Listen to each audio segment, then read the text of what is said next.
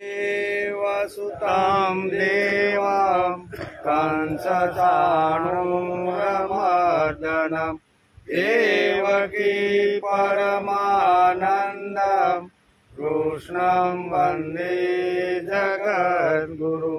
गुरुर्ब्रह्मा गुरुर्विष्णु गुरुर्देवो महेश्वर गुरुः साक्षात् परब्रह्म तस्मै श्री गुरुवे नमः। नारायणं नमस्कृत्यं नरं चैव नरोत्तमं देवीं सरस्वती व्यासं ततो जयमुदीरयेत् ततो जयमुदीरयेत्। जय भगवान।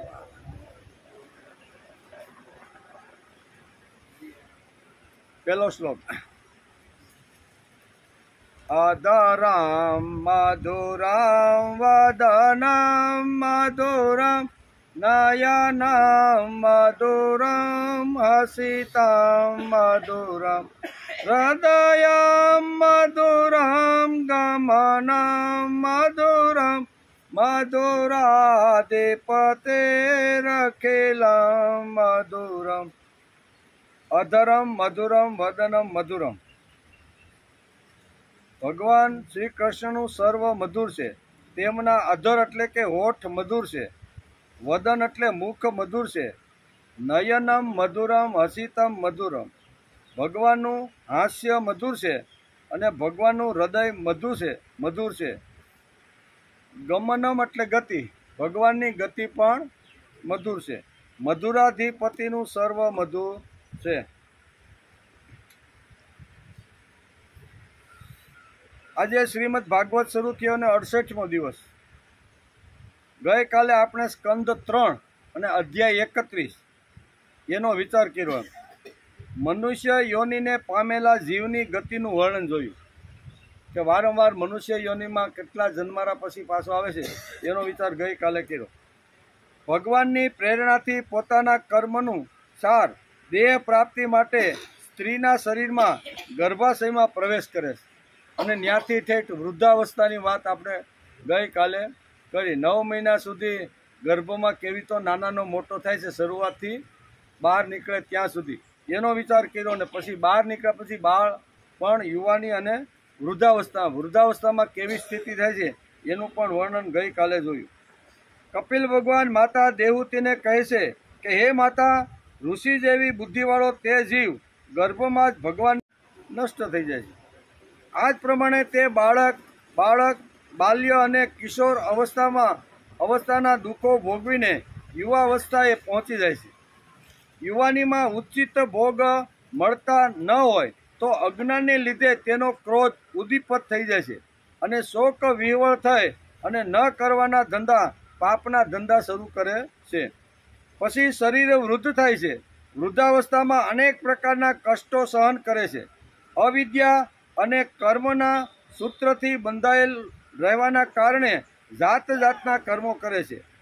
આમ વારંવાર ગર્ભાશયથી વૃદ્ધ સુધી અનેક યાતનાઓ વેઠી સંસાર ચક્રમાં જીવ ફસાઈ જાય છે અને આવા ચક્કર ગતિમાં ફરતો રહે છે।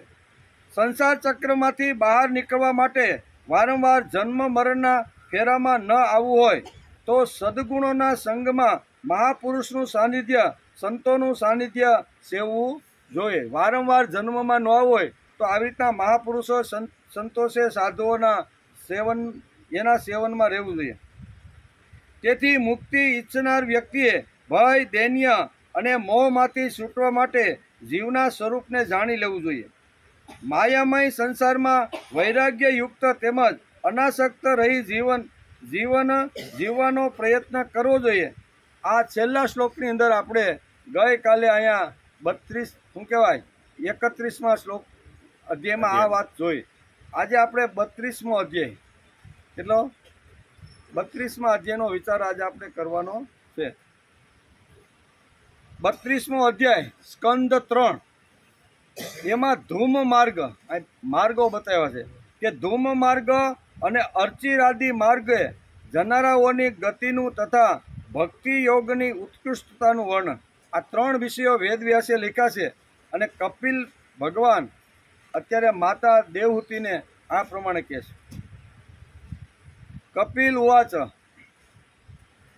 અથયો ગૃહમેધિયામ ધર્મો નેવાસનમ ગૃહે કામમર્થ ચ ધર્માનામ સ્વાનમ દોગ્ધી ભૂય પિતાન સ ચાપી ભગવત કર્મ કામમૂઢ પરામુખ યજતે ક્રતુર્ભિદેવાન પિતૃંસા શ્રદ્ધયાન્વતી.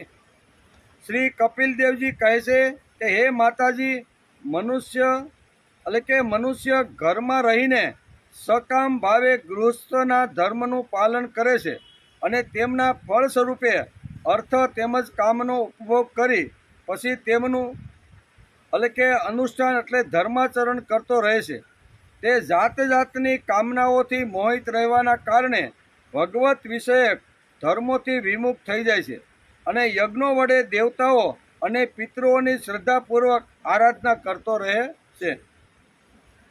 તેની બુદ્ધિ તે જ પ્રકારની શ્રદ્ધાયુક્ત રહે છે. દેવતાઓ અને પિતૃઓ અને અહંકાર શૂન્ય મનુષ્ય સ્વધર્મ પાલન રૂપી સત્વગુણ વડે સર્વથા શુદ્ધ ચિત્ત ના થઈ જાય છે અને એ બ્રહ્મલોકને પ્રાપ્ત થઈ જાય છે. તેઓ અંતમાં સૂર્ય માર્ગ એટલે કે અર્ચી માર્ગ એટલે સૂર્ય માર્ગ અથવા દેવયાન મારફતે સર્વવ્યાપી પૂર્ણ પુરુષ શ્રીહરિને જ પ્રાપ્ત કરી લે છે. જેઓ કાર્ય કારણરૂપી જગતના નિયંતા સંસારનું ઉપાદાન કારણ છે અને તેની ઉત્પત્તિ પાલન તેમજ સંહાર કરનારા છે. જે મનુષ્યો પરમાર્થ દ્રષ્ટિથી હિરણ્ય ગર્ભની ઉપાસના કરે છે તેઓ 2 પરાર્ધમાં થનારા બ્રહ્માજીના પ્રલય સુધી તેમના સત્યલોકમાં જ રહે છે. જે સમયે દેવતાઓ વગેરે કરતા શ્રેષ્ઠ બ્રહ્માજી પોતાના 2 પરાર્ધના કાળને અધિકાર ભોગવીને પૃથ્વી, જળ, અગ્નિ, વાયુ, આકાશ, મન, ઇન્દ્રિયો તેમના શબ્દો વગેરે વિષયો, અહંકાર વગેરે સહિત સમસ્ત જગતને સંહાર કરવાની ઈચ્છાથી ત્રિગુણાત્મક પ્રકૃતિની સાથે એકરૂપ થઈને નિવેશ પરમાત્મા માર્ગમાં લીન થઈ જાય છે. તે સમયે પ્રાણ અને મનને જીતી ચૂકેલા તે વિરક્ત યોગીઓ પણ દેહ ત્યાગ કરીને તે ભગવાન બ્રહ્માજીમાં પ્રવેશ કરે છે અને પછી તેમની સાથે પરમાનંદ સ્વરૂપ પુરાણ પુરુષ પરબ્રહ્મમાં વિલીન થઈ જાય છે. આ પ્રમાણે તેઓ આ જગતની અંદર ફરી પાછા જન્મ લેવો પડતો નથી. યોગીની વાત કરી છે. યોગ એટલે ભગવાનની સાથે જોડાઈ ગયેલો જે વર્ગ છે એ બ્રહ્મલોકમાં રહેશે અને એની અંદર વિલીન થઈ જાય છે. પછી એને સંસારના ચક્રમાં વારંવાર આવવું પડતું નથી. એમ કે પ્રવેશ કરે છે અને બ્રહ્મ માર્ગમાં લીન થઈ અને એ મુક્ત થઈ જાય છે. આ પહેલાં તેઓ ભગવાનમાં લીન થયેલા નથી હોતા, કારણ કે અત્યાર સુધી તેમના અહંકાર શેષ હતો. તેથી હે માતા, હવે તમે પણ અત્યંત ભક્તિભાવપૂર્વક તે શ્રીહરિના ચરણોના શરણે જાઓ. આ માતાને કહે છે કે તમારે પણ શ્રીહરિના ચરણે જવું જોઈએ. બીજા કોઈનું શરણ સ્વીકારતા કરતાં ભગવાનનું શરણ સ્વીકારી લેવું જોઈએ. હવે તો પણ એટલે કે એના ચરણોમાં તમે જાઓ. સમસ્ત પ્રાણીઓના હૃદય કમળ જ તેમનું મંદિર છે અને તમે પણ મારી પાસેથી તેમનો પ્રભાવ તમે સાંભળી લ્યો. હું તમને જે હરિની જે ભગવાનની જે વાત કરું છું એનો પ્રભાવ કેવો છે અને એના શરણે તમારે જવું જોઈએ. બીજી વાત કીધી છે કે સમસ્ત સ્થાવર જંગમ ભૂતો પ્રાણીઓના આદિ કારણ છે. તેઓ મરીચી વગેરે ઋષિઓ, યોગેશ્વરો, સનકાદિક વગેરે મુનિઓ તથા યોગ પ્રવક્ત સિદ્ધો સમેત આદિ પુરુષ પરમ શ્રેષ્ઠ સગુણ બ્રહ્મને નિષ્કામ કર્મ વડે બ્રહ્મને પામેલા હોવા છતાં પણ ભેદ દ્રષ્ટિને લીધે તથા કર્તૃત્વના અભિમાનને કારણે ભગવાનની ઈચ્છાથી જ્યારે સર્ગ કાળ આવી પહોંચે છે ત્યારે કાળરૂપ ઈશ્વરની પ્રેરણાથી ગુણોમાં ક્ષોભ થવાથી ફરી પહેલાંની જેમ એ પ્રગટ થાય છે. આ પ્રમાણે પૂર્વોક્ત ઋષિજનો પણ પોતપોતાના કર્મો અનુસાર બ્રહ્મલોકનું ઐશ્વર્ય ભોગવીને ભગવાનની ઈચ્છાથી ગુણોમાં ક્ષોભ થવાથી ફરી આ લોકમાં પાછા આવી જાય. ભગવાન કહે કે ભાઈ તમારે ન જવું હોય તો કાંઈ નહીં, પણ મારે તમારી જરૂર છે, હું તમને મોકલું છું. એટલે ઋષિઓ જે છે ને એ મુક્ત થઈ ગયેલા હોય છે, પણ વારંવાર આવે છે. એનું કારણ કે ભગવાન આવા લોકોને ફરીથી મોકલે છે. બરાબર ને? એટલે અહીં બે માર્ગો અહીંયા અત્યારે બતાવ્યા છે. જેમનું ચિત્ત આ લોકમાં આસક્ત અને જેઓ કર્મોમાં શ્રદ્ધા રાખે છે તેઓ વેદોમાં બતાવેલા કામ્ય અને નિત્ય કર્મનું સાંગોપાન અનુષ્ઠાન કરવામાં જ રત રહે છે. તેમની બુદ્ધિ રજોગુણીની અધિકતાના કારણે કુંઠિત રહે છે. હૃદયમાં કામનાઓની જાળ ફેલાયેલી રહે છે અને ઇન્દ્રિયો તેમના વશમાં હોતી નથી. બસ કેવળ પોતાના ઘરોમાં જ આસક્ત થઈને તેઓ દરરોજ પિતૃઓનું પૂજન કરવામાં રત રહે છે. આ પિતૃ પૂજન ફક્ત જે કરનારા છે એનું વર્ણન પણ અહીં કર્યું છે. આ મનુષ્યો અર્થ ધર્મ અને કામને જ પરાયણ હોય છે અને તેથી જેમના મહાન પરાક્રમો અત્યંત કીર્તન કરવા યોગ્ય હોય છે તે ભવભયને હરનારા શ્રી મધુસૂદન ભગવાનની કથા વાર્તાઓથી તેઓ વિમુખ રહે છે. અરે હાય વિષ્ટા, હોગી, કુકુર એટલે કે કુકુર વગેરે જેવા વિષ્ટાની જ ઈચ્છા રાખે છે. તેમને જે મનુષ્યો ભગવાનની કથાઓનું અમૃત છોડીને નિંદિત વિષયોની વાર્તાઓ સાંભળે છે તેઓ વિધાતા વડે મરાયેલા જ છે. તેઓ ઘણા જ મંદ બુદ્ધિના છે. એટલે કે ભગવાન શ્રીની કથાઓ સાંભળ્યા સિવાય બીજી જે કાંઈ વાર્તાઓ સાંભળે છે એનું વર્ણન પણ આ વેદવ્યાસે કર્યું છે. એ બધા મંદ બુદ્ધિના છે. એમ કે ગર્ભધાનની શરૂઆત કરી અનિષ્ટ મરણોત્તર ક્રિયા સુધીના બધા સંસ્કારોને વિધિપૂર્વક કરનારા આ સકામી કર્મી મનુષ્યો સૂર્યથી દક્ષિણ તરફના પિતૃયાન અથવા ધૂમ માર્ગ એટલે કે પિતૃશ્વર અર્યનમાં લોકમાં જાય છે અને પછી પોતાના સંતાનોના કુળમાં ઉત્પન્ન થાય છે. હે માં પિતૃલોકના ભોગો ભોગવી લેવાથી જ્યારે તેઓ પુણ્ય ક્ષીણ થઈ જાય છે ત્યારે દેવતાઓ તેમને ત્યાંના ઐશ્વર્યથી વંચિત કરી દે છે અને પછી તેમણે વિવશ થઈને તરત જ આ લોકમાં પતન પામવું પડે છે.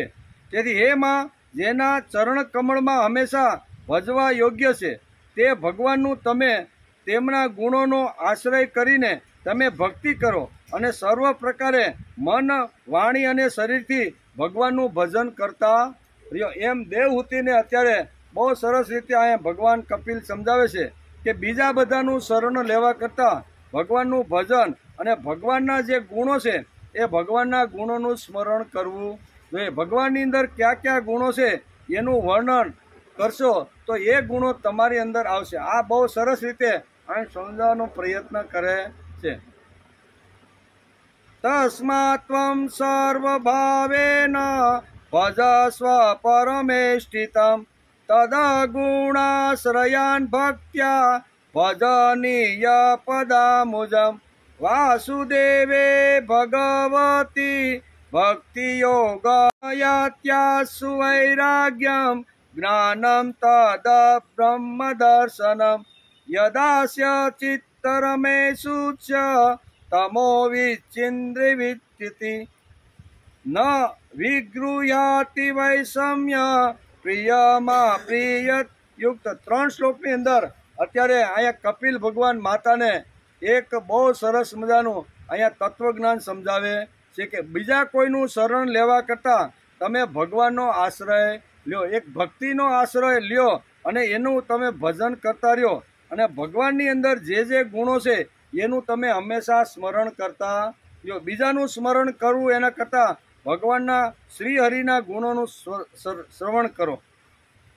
તેથી હે માં, જેમના ચરણ કમળ હંમેશા ભજવા યોગ્ય છે, તે ભગવાનનું તમે તેમના ગુણોનો આશ્રય લેવાની એટલે કે લેનારી ભક્તિ વડે સર્વ પ્રકારે મન, વાણી અને શરીરથી ભજન કરો. ભગવાન વાસુદેવ પ્રત્યે કરાયેલો ભક્તિ યોગ જ તરત જ સંસારમાંથી વૈરાગ્ય અને બ્રહ્મ સાક્ષાત રૂપી જ્ઞાનની પ્રાપ્તિ કરાવી દે.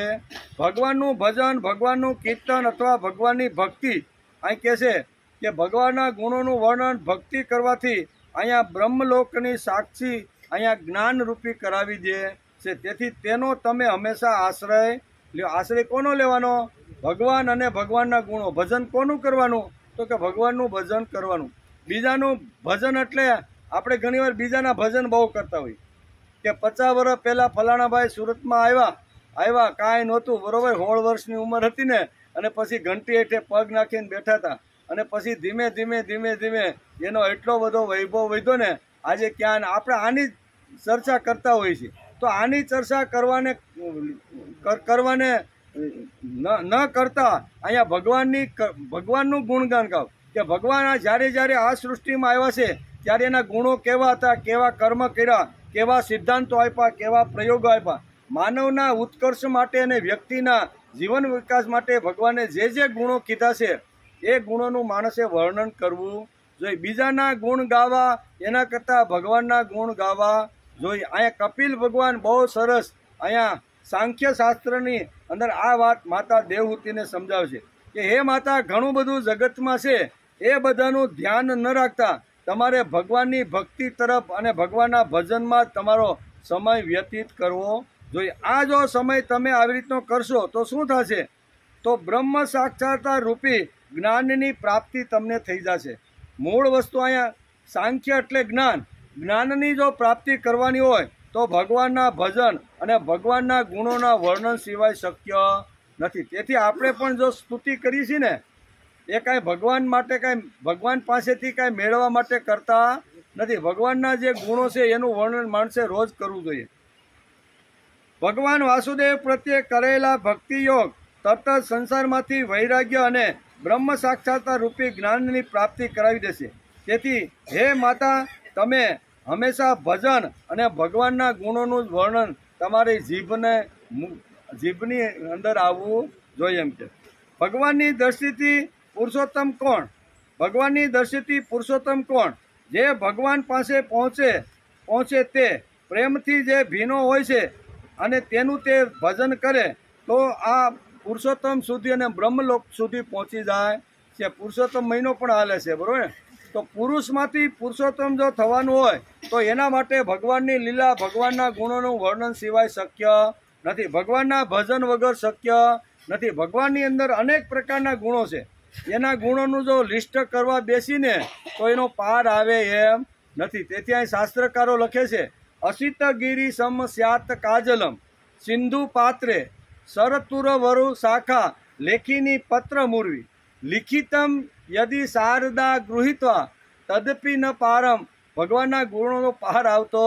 સરસ્વતી માતા આખા સમુદ્રનું સાય બનાવે અને જેટલા વૃક્ષો છે એની કલમ બનાવે અને એમાંથી બોળી અને સરસ્વતી માતા જો ભગવાનના ગુણો લખવા માટે બેસે તો પણ ભગવાનના ગુણોને માણસ પાર પામી શકતો નથી. આટલા બધા ગુણો છે. એટલે જ અહીંયા દેવહૂતિને અહીંયા ભગવાન કપિલ કહે છે કે ભગવાનના જે ગુણો છે એ ગુણોનું સ્મરણ કરો. ભગવાનના જે ગુણો છે એની અંદર તમારા મન, વાણી, 3 વસ્તુ અહીં કીધી છે કે મન, વાણી અને ચિત્ત, આ જે 3 છે એ ભગવાનના ગુણોની અંદર જ તમે રત રાખો. ભગવાનનું જ તમે ભજન કરો અને જો ભગવાનનું ભજન જો કરશો તો બ્રહ્મ સાક્ષાત્કાર રૂપી જ્ઞાનને પ્રાપ્ત કરવું એકદમ સહેલું થઈ જશે. આ બધી જ વાતો સમજાવે છે. એટલે કે ભગવાનના તો અનંત ગુણો છે. ભગવાનની દ્રષ્ટિથી પુરુષોત્તમ કોણ? જે ભગવાન પાસે પહોંચે તે પ્રેમથી જે ભીનો હોય છે અને પ્રેમથી જે ભગવાનનું ભજન કરતા આંખની અંદર જેના ભાવાશ્રુ સલકાઈ જાય છે ને, આને ખરું ભજન કહેવામાં આવે છે. તો વેખરી વાણી કહેવાય. વાણી સારી હોય, કંઠ સારો હોય, શબ્દો સારા હોય અને બોલતો હોય, ડોલતો હોય, પણ હૃદય હલતું ન હોય તો એને ભજન કહેવાતું નથી. હૃદય પણ હલવું જોઈએ, હૃદય પણ ભાવભીનું થવું જોઈએ. કે ભગવાન હું અત્યારે જે ભજન હું તારું જે કીર્તન કરું છું ને તું મારા અંતઃકરણમાં આવી અને તું મને સંભાળતો રહેલો છે. આમ કરી અને જો કરે તો આને ભજન કહેવામાં આવે છે. નહીતર શું કહેવાય શું કહેવાય હાર્મોનિયમ હોય, મંજીરા હોય, ઢોલ વાગતી હોય, કંઠ સારો હોય અને માણસ આવી રીતનો હોય પણ હૃદયમાં જો એની અસર ન થતી હોય તો આને બાહ્ય બધી વસ્તુ કહેવાય. તેથી અહીં અંતઃકરણની વાત કરી છે કે અંતઃકરણની અંદર જે 4 વાતો છે મન, બુદ્ધિ, ચિત્ત અને અહંકાર. બરાબર ને? અંત એટલે અંદર અને કરણ એટલે કરણ સંસ્કૃત શબ્દ છે, એનો ગુજરાતી થાય છે સાધનો. કે અંદરના સાધનો ક્યાં છે? જેમ બહારના સાધનો હાથ છે, પગ છે, મોઢું છે, નાક છે, એ આપણા શરીરના બહારના ભાગો છે.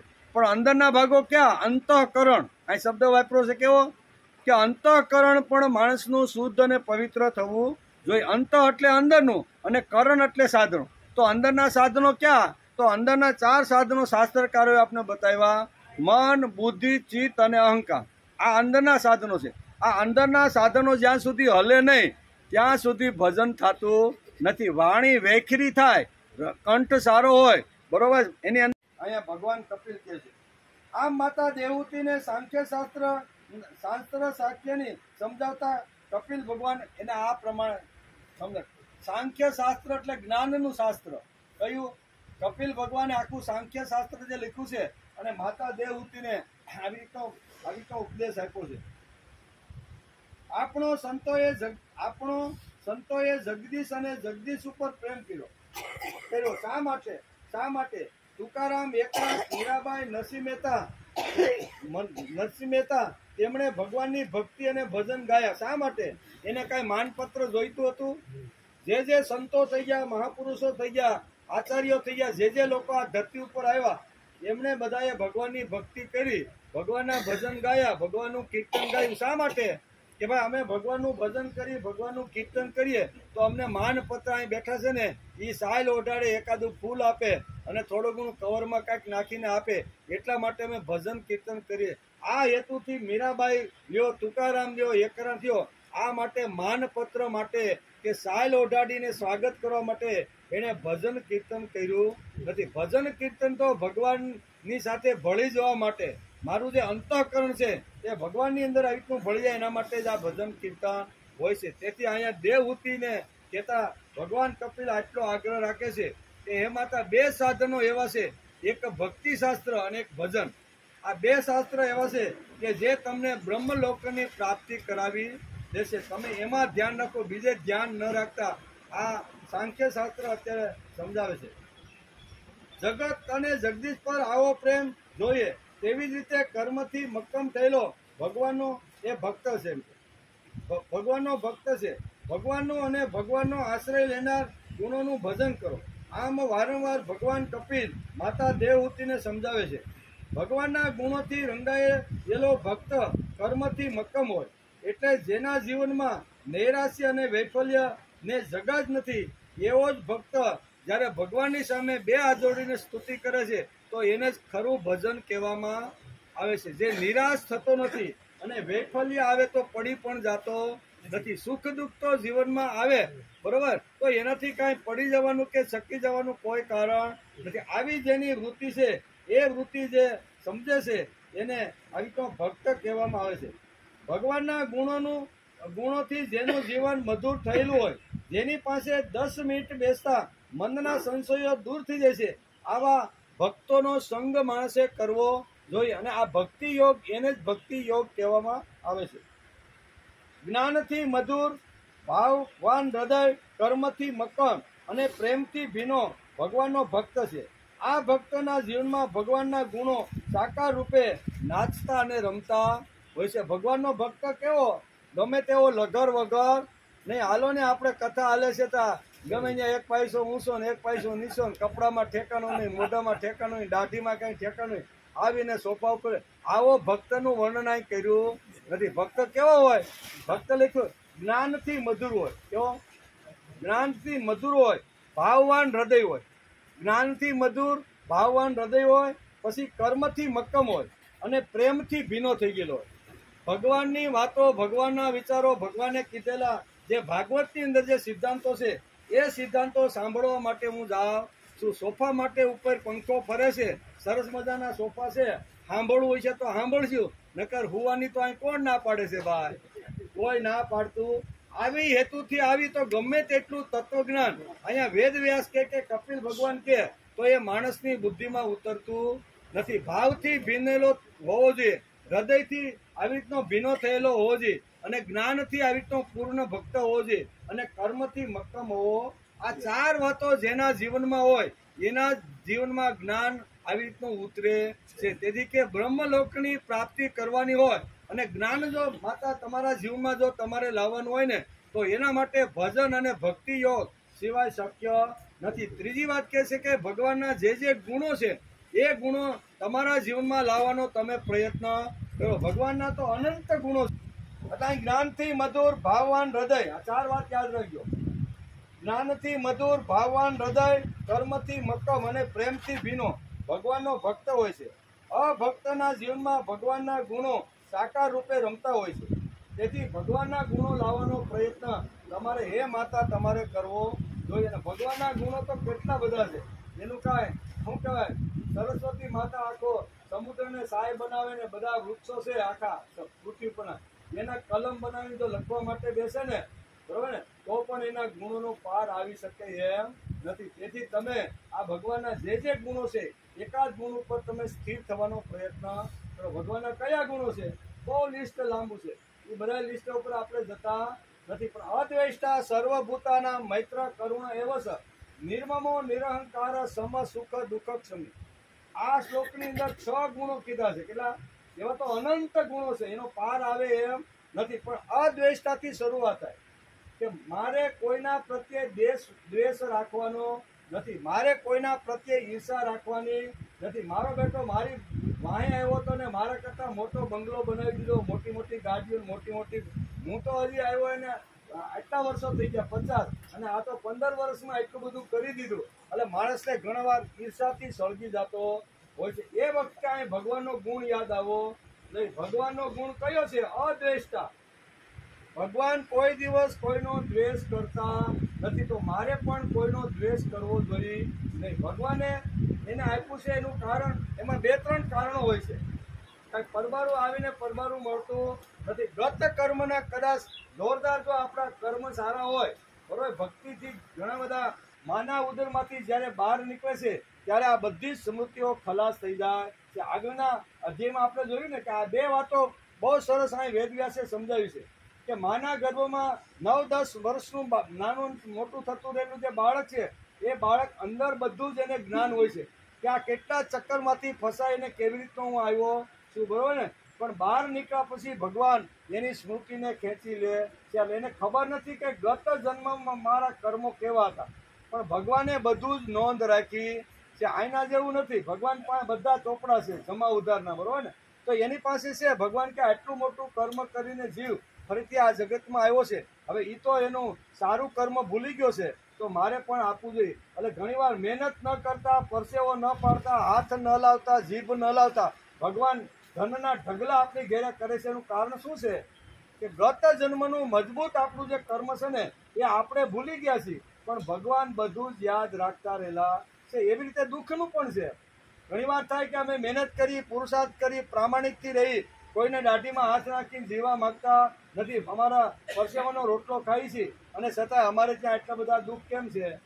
ઘણીવાર આવું પણ થાય. પણ એ દુઃખનું પોટલું આપણે ભૂલી ગયા હતા. ભગવાને હાંસવીને રાખ્યું હતું કે જા દીકરા, આ પોટલું પણ તારે લેતું જવાનું છે. ત્યાં કર્મની વાત કરે છે કે આપણને ગત જન્મના કર્મનું કોઈ આપણે ખ્યાલ હોય, સમજે છે, અને ક્ષમાશીલ હોય છે. પાછો કેવો?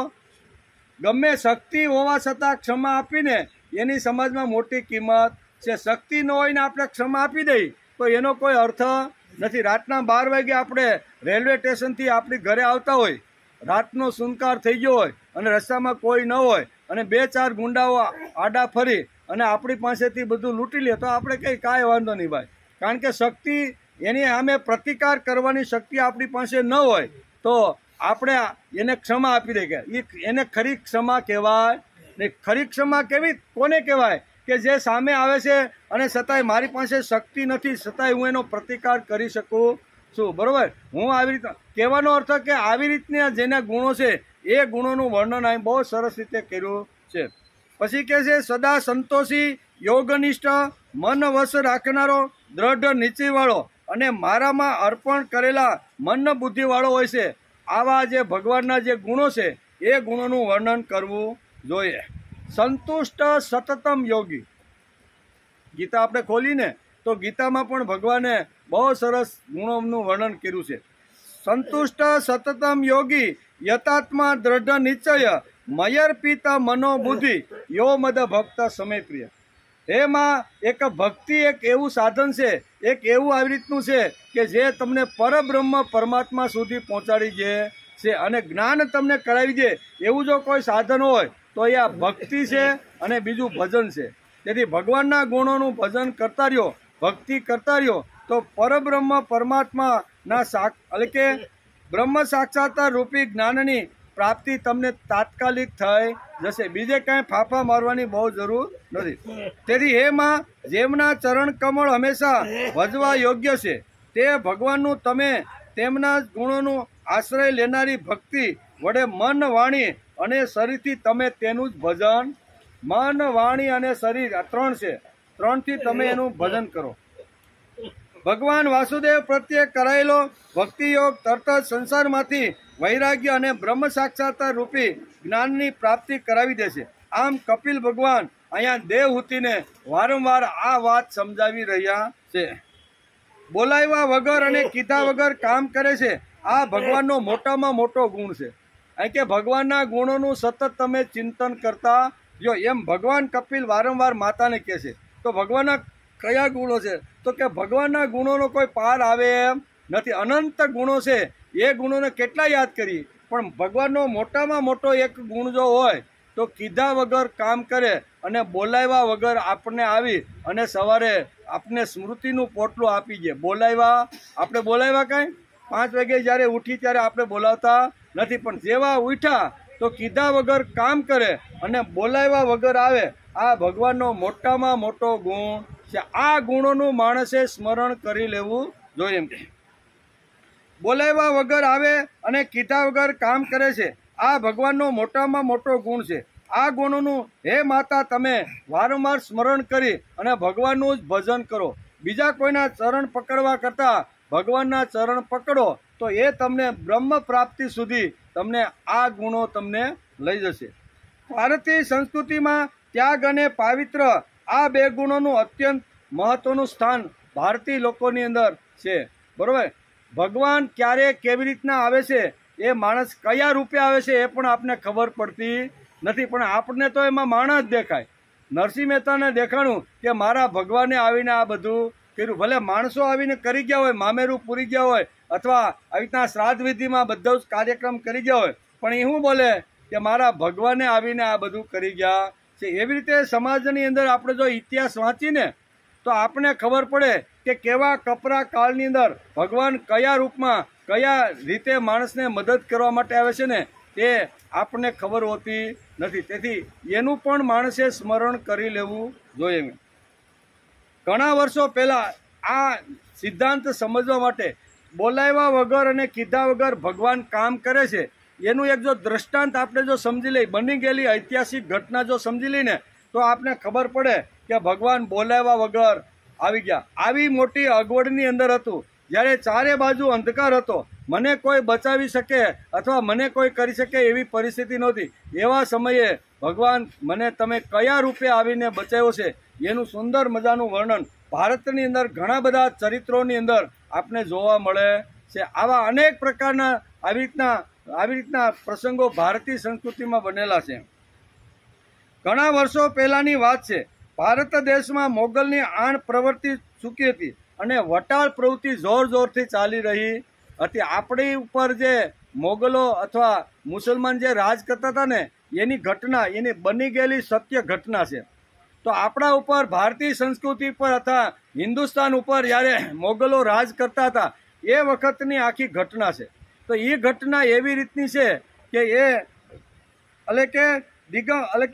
એ ઘટના એવી રીતની છે કે દિગંબર પંત કુલકર્ણી બ્રાહ્મણ મરાઠાવાડમાં રહેતો હતો.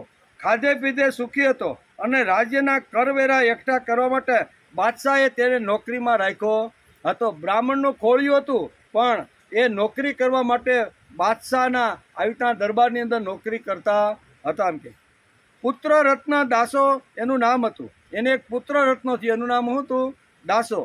જાત જાતના પ્રશ્નો આ દાસો વારંવાર 5-7 વર્ષનો દાસો થયો તો એ વખતે આંગળી પકડીને બાપા જે વખતે દરબારમાં જાય તો બાપાને કહે, બાપા હું તમારી જોડે આવું? તો બાપા કે હાલ નહીં, કાંઈ વાંધો નહીં. આમ કુલકર્ણી વારંવાર દાસોને આવી રીતના દરબારમાં લઈ જતા હતા. એકવાર આવી રીતનો 5-7 વર્ષનો દાસો આવી રીતનો દરબારમાં બાપની સાથે જાય છે અને એ વખતે એક મોટા આવી રીતના એટલે કે દાસો જતો હતો અને મૌલવીઓનું એક ટોળું જોયું. મૌલવીઓ એટલે કુરાનના જે પ્રચાર કરવાવાળા જે મૌલવી, આપણે કેમ સાધુ સંતો છે એમાં એને મૌલવી કહે. તો મૌલવીનું આવડું એક મોટા ટોળાની અંદર લોકો જઈ રહ્યા હતા. એટલે દાસોએ પ્રશ્ન કર્યો કે બાપા આ બધા કોણ છે ને ક્યાં જઈ રહ્યા છે? તો કે આ બધા મૌલવીઓ છે, એ મોગલ એટલે કે આપણા જે કુરાન છે બરાબર ને એનો પ્રચાર કરવા માટે આ બધા જઈ રહ્યા છે. તો આ બધા જઈ રહ્યા છે, ક્યાં રોકાવાના છે, કેટલો ખર્ચો થવાનો છે, આ બધો ખર્ચો આવવા જવાનો ખાવા પીવાનો કોણ આપે છે? તો કે આ બાદશાહ આપે છે. તો કે બાદશાહ આ પૈસો ક્યાંથી લાવે છે? તો કે પ્રજા કરવેરના રૂપની અંદર બાદશાહને જે કાંઈ વેતન આપે છે ને એમાંથી આ મૌલવીઓ પોતાના ધર્મનો પ્રચાર કરે છે. હિન્દુમાંથી મુસલમાન બનાવવા માટે વટાળ પ્રવૃત્તિ જોર આ મૌલવીઓ કરી રહ્યા છે. આ શબ્દો જ્યારે દાસોએ સાંભળ્યો ત્યારે દાસો એના પિતાને કહે છે કે આપણે પરસેવાની કમાણી કરી છે, આપણે ટેક્સ ભરી અને બાદશાહને આવી રીતના કરવેરાના રૂપમાં જે આપણે આપીએ છીએ એ કાંઈ આ લોકોના ધર્મ પ્રચાર માટે આપીએ છીએ? આ તો બહુ ખોટું કહેવાય. પણ હવે 5-7 વર્ષનો દાસો આવા પ્રશ્ન કરે છે. પણ બાપ કે શું કરવાનું બેટા? એ કે હું તો આની નોકરી કરું છું એટલે મારે તો આ બીજું કાંઈ આગળ કરી શકાય ને. આવી રીતના ઘણા બધા પ્રશ્નો. એકવાર નર્તકીનું ટોળું આવી રીતનું નીકળે છે, દાસોને લઈ અને બાપા દરબારમાં જાય છે બાદશાહને મળવા માટે. તો એ વખતે પણ દાસો ભેગો હોય છે. આ નર્તકીનું ટોળું જોઈ અને દાસોને ફરીથી પોતાનો એક પ્રશ્ન ઊભો થયો. કારણ કે એટલો બુદ્ધિશાળી છોકરો હતો, 7 વર્ષનો હતો. એના પ્રશ્નો એટલા ગજબ હતા કે ઘણીવાર પિતાએ એના જવાબ આપી શકતા નહીં. આટલો 7 વર્ષની ઉંમર, એટલા જબરજસ્ત બુદ્ધિમાન હતો. તેણે પૂછ્યું કે પિતાજી આ બધી કોણ જાય છે? તો કે આ બધી નર્તકીઓ છે. તો કે આ શું કામ કરે છે? તો કે આ બધી નર્તકી નાચવાનું ને ગાવાનું કામ કરે છે. તો અત્યારે ક્યાં જઈ રહી છે? તો કે બાદશાહે દરબારમાં બાદશાહને નૃત્ય સાંભળવાનું છે ને, એટલે આ નર્તન કરવા માટે, નૃત્ય કરવા માટે જઈ રહી છે. આ નૃત્ય કરવા માટે બાપા બધી જઈ રહી છે તો એને પછી મહેનત પણ કોણ આપે? તો કે એ તો બાદશાહ જ આપે, એને આવી રીતના બધું આપે. તો કે બાદશાહ પૈસા ક્યાંથી લાવે છે? પ્રશ્ન પાછો ઈનો ઈ આવ્યો. ત્યારે અહીંયા દિગંબર પંત કહે છે કે બેટા આવા પ્રશ્ન બહુ કરવાના નહીં. એ તો આપણે જે કરવેરાના રૂપની અંદર જે કાંઈ અનાજ અથવા રૂપિયા આપીએ છીએ ને એમાંથી જે કાંઈ સંપત્તિ રાજાની તિજોરીમાં ભેગી થાય છે પ્રચાર માટે અને મારા કે બાદશાહના મોજ શોખ માટે આ બધું વાપરતો રહેલો છે. ત્યારે દાસો એકદમ ગરમ થઈ જાય કે આવી રીતની જે સંપત્તિ છે આવી રીતની જો વાપરતા હોય તો એનો કોઈ અર્થ નથી. આવું ઘણું બધું જોવે છે, એકદમ અકળાય છે, ઉંમર નાની છે પણ કરવાનું શું? તો એ સમયે ત્યાં દુષ્કાળ પડે છે. દુષ્કાળ પડે એટલે ખાવાના બધે ફાંફા થઈ જાય છે. અહીંયા બાદશાહના દરબારની અંદર જે મોટા ગોડાઉન હતા એની અંદર કરના રૂપમાં આવેલું અનાજ ઘણું બધું પડેલું હતું. ત્યારે દાસો ઘેર આવીને બાપાને કહેતા કે આ કેટલા છોકરાઓ ખાવા માટે રઝળ છે, ખાવાનું મળતું નથી. બાપા આ ગોડાઉનમાંથી થોડુંક અનાજ આપો તો આ લોકોના જીવ બચી જાય. એ કે બેટા આ વાત આપણા હાથમાં નથી. ચાવી મારી પાસે છે પણ એનો ઓર્ડર તો બાદશાહ પાસેથી નીકળે, એટલે હું કાંઈ કરી શકું નહીં. દાસોએ એકદમ હઠ પકડી અને બાપાને કીધું કોઈ પણ હિસાબે આ લોકોનું નાના બાળકો ખાધા પીધા વિના આવી રીતના છે એનું દુઃખ મારાથી જોવાતું નથી. એટલે ગોડાઉન ખોલાવી નાખ્યું. બધા લોકોએ અહીંયા દાસો અને દાસોના પિતાને આશીર્વાદ આપ્યા પણ બાદશાહ ક્રોધાયમાન થઈ ગયો. બાદશાહ કે મારી મંજૂરી વગર આ કામ કોણે કર્યું છે? ત્યારે પ્રધાને કીધું કે આ કામ કરવાવાળા અહીંયા ગોડાઉનનો જે સાર સંભાળ માટે રાખે છે, તમે જે નોકર રાખ્યો છે એ કુલકર્ણી બ્રાહ્મણ અને એના છોકરાના હઠને હિસાબે એણે આ બધું ખોલાવી નાખ્યું છે. બોલાવો દરબારમાં બોલાવ્યા અને દાસો કે બાપા મારે પણ તમારી જોડે દરબારમાં આવવું છે. દરબારમાં ગયા, સભા ભરાઈ ગઈ છે અને એને કડી સજા આપવા માટે બાદશાહ તૈયાર થઈ ગયો. મારી મંજૂરી વગર તમે આ ડગલું શા માટે ભર્યું? આમ અનેક પ્રકારના બાદશાહ જ્યારે અહીંયા કુલકર્ણી બ્રાહ્મણને જ્યારે અનેક પ્રશ્ન પૂછે છે, દાસો કે બાપા તમારે જવાબ આપવા નથી, જવાબ તો હું આપું રાજાને, બાદશાહને. એમ કરી અને રાજાએ કીધું કે ભાઈ તમે આ મારી મંજૂરી વગર આ જે રયતની જે આવી રીતનું જે અનાજ મારા કોઠારમાં પીડ્યું હતું, મારી મંજૂરી વગર તમે કેમ ખોલી નાખ્યું? બાપા બોલવા ગયા, બાપાને અટકાવીને દાસો આ બાદશાહની આમ જેમ સિંહનું બચ્ચું જેમ ઘુર્રાટ કરતું હોય ને એમ સિંહની ગર્જનાની સાથે આ દાસો કહેશે કે મારા બાપાએ ખૂબ કલ્યાણનું કામ કર્યું છે, લોકોએ તમને ખૂબ આશીર્વાદ આપ્યા છે કે આપણો બાદશાહ કેટલો સારો છે, કીર્તિ તમારી વધી, યશ તમારો વધ્યો છે. ભલે મારા બાપાએ ખોલાવી નાખ્યું, ઘણા લોકોની આવી રીતના અન્નથી આંતરડી જે કકળતી હતી એ શાંત થઈ ગઈ છે ને, લોકોએ ખૂબ તમને આશીર્વાદ આપ્યા છે. એટલે આ બાદશાહ તો વિચાર કરવા લાગ્યો કે આ જવાબ તો અત્યાર સુધી આવો મેં સાંભળ્યો નથી. આ તો એક બુદ્ધિમાન અને તેજયુક્ત આ બાળક છે. આ બાળકને જો આપણે કબજે કરી લઈએ અને એને જો મૌલવી બનાવી દઈએ, એને જો મુસલમાન બનાવી દઈએ ને તો આપણા ધર્મનો પ્રચાર આ બાળક બહુ સારો કરી શકે એવું. એવા ઘણા બધા પ્રશ્નોના જવાબ અહીંયા દે ધનાધન કરીને અહીંયા દાસોએ આપ્યા. રાજા બાદશાહ એકદમ અવાક થઈ ગયો કે હવે આને જો પકડમાં લેવાનો હોય તો એના માટેનો એક જ ઉપાય છે કે આના બાપાને મોટામાં મોટી આવી રીતની એવી સજા કરો કે જે એનાથી પૂરી થાય ને. એટલે ભર સભાની અંદર બાદશાહે હુકમ કર્યો કે જ્યાં સુધી 5 લાખ અશરફી અહીંયા દિગંબર પંથ તિજોરીમાં જમા ન કરાવે ત્યાં સુધી દાસો આપણા કબજામાં રાખો. અને એને કીધું કે હે દિગંબર પંથ, તમે ખૂબ મોટું ખરાબ કામ કર્યું છે, એનો તમને આ દંડ આપવામાં આવે છે અને તમને 30 દિવસની આવી રીતની મહેનત આપવામાં કે 30 દિવસની અંદર તમે 5 લાખ અશરફી રાજની તેજોરીમાં જમા નહીં કરાવો તો આ દાસોને અમે મુસલમાન બનાવી દેશું. હવે જે વખતે 5 અશરફી મહિનામાં માંડ મળતી હોય એ વખતની, બરોબર ને, પગાર તરીકે, હવે 5 લાખ અશરફી 30 દિવસમાં ક્યાંથી ભેગી કરે? અને સગા સંબંધી પણ એટલા બધા મોટા નહોતા કે જે આ દિગંબર પંથને મદદ કરી અને આ અશરફી જમા કરે. આવી રીતના દિગ્મૂઢ થઈ ગયેલા જ્યારે દિગંબર પંથ ઘરે આવતા હતા, એની પત્નીએ જોયું કે આજ મારા પતિ તો બહુ એકદમ દુઃખની અંદર હોય છે. એણે જોયું, પૂછ્યું, બની ગયેલી બધી ઘટના કરી કે દાસો આપણા હાથમાંથી જતો રહ્યો છે. કેમ? તો કે 30 દિવસની અહીંયા રાજાએ આપણે આવી રીતના 30 દિવસો આપ્યા છે કે 30 દિવસમાં જો 5 લાખ અશરફી તમે રાજની તિજોરીમાં નહીં ભરો તો તમારો દાસાને મુસલમાન બનાવી દેશું. એટલે બંને રડે છે, શું કરવું, બધા તરફ નજર નાખે છે, પણ કોઈની પાસે એટલી મોટી રકમ નહોતી કે જે 1 મહિનામાં ભેગી કરીને આપી શકે એમ. ખૂબ મજા, વાર્તા તો બહુ મોટી છે પણ કહેવાનો અર્થ કે ભગવાન કયા રૂપમાં કેવી રીતની મદદ માણસને કરે છે ને એ ખબર પડતી નથી. દાસોને જેલમાં પૂરી દીધો. રાજા એને દરરોજ મળવા માટે આવે છે, એક અશરફી આપતો જાય છે કે લેવું તને. હવે એક અશરફી આપે તો મહિનામાં 30 જ થાય ને, કાંઈ વધારે થાય નહીં, પણ 5 લાખ અશરફી કેમ થાય?